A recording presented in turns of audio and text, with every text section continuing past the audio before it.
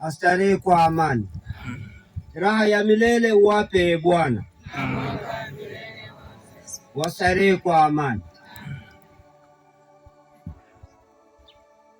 Mhashamu Baba Askofu wa Jimbo la Songea, kwa heshima zako na taadhima, kwa sababu ya mamlaka, nimeona kuna makundi mengi, ningesema kisiasa kwamba itifaki imezingatiwa, lakini hapa sisemi itifaki, nasema utaratibu wote ufuatwe badala kutaja makundi moja moja.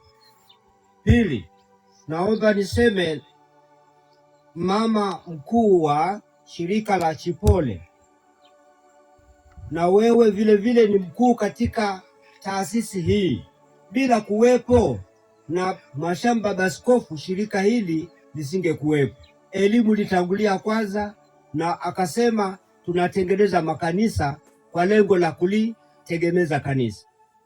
Kwa misingi hiyo, Baba Askofu pamoja Mhashamu Baba Askofu pamoja na mama mkubwa, sisi kutoka kwenye familia, naomba niseme homilia ya pale kanisani imetutia sana moyo, kwa maana ya ushirika ambao unaonekana wazi kwamba huyu binti alitoka kwetu katika familia changa sana.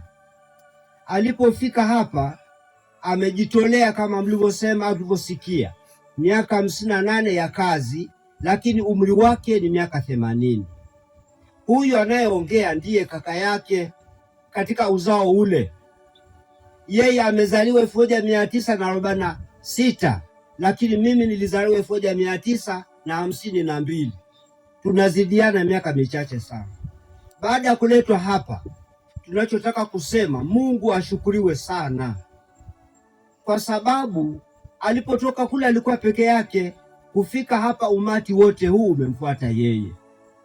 Naombeni ndugu zangu, watoto kama alivyosema Mhashamu Baba Askofu, tuwalee kutoka chini, baadaye tutapata miito ya aina mbalimbali, na Mungu anataka hayo.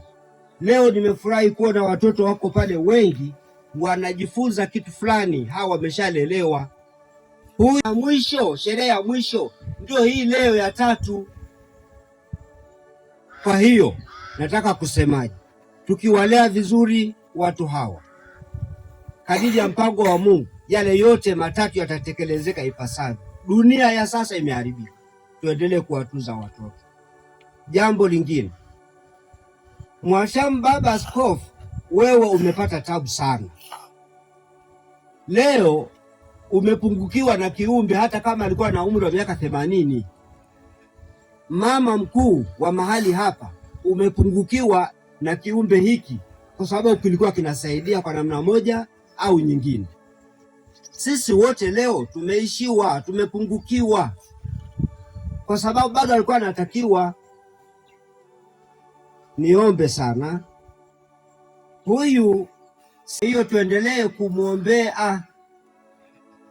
Sisi tulikotoka kule tulikuwa na mamlaka ya kuomba nafasi za watu.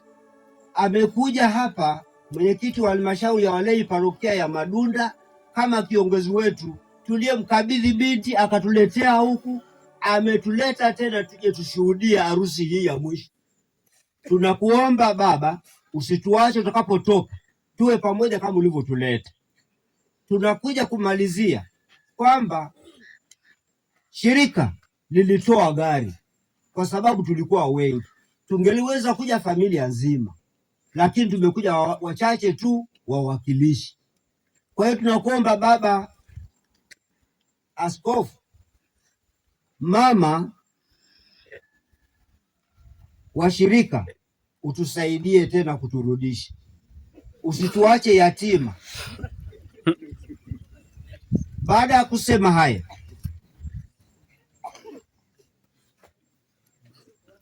kusema haya, naomba niseme sisi hatuna chochote cha kusema zaidi ya kusema asante.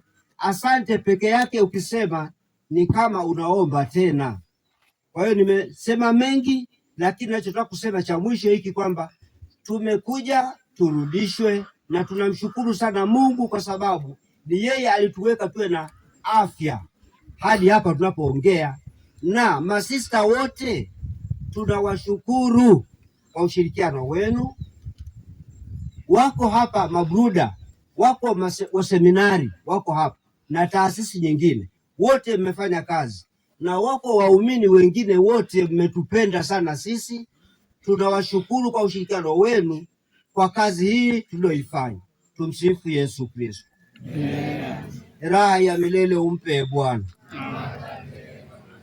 astarehe kwa amani. Asante.